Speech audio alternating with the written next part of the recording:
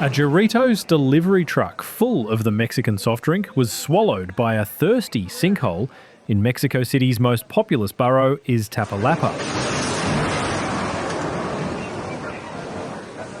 Mayor Aleida Alaves Ruiz attributed the collapse to the city's ageing drainage network. Footage verified by Storyful and Reuters showed the truck sinking before emergency crews moved in to secure the scene, as a large tow truck was eventually used to haul the vehicle out. No injuries were reported.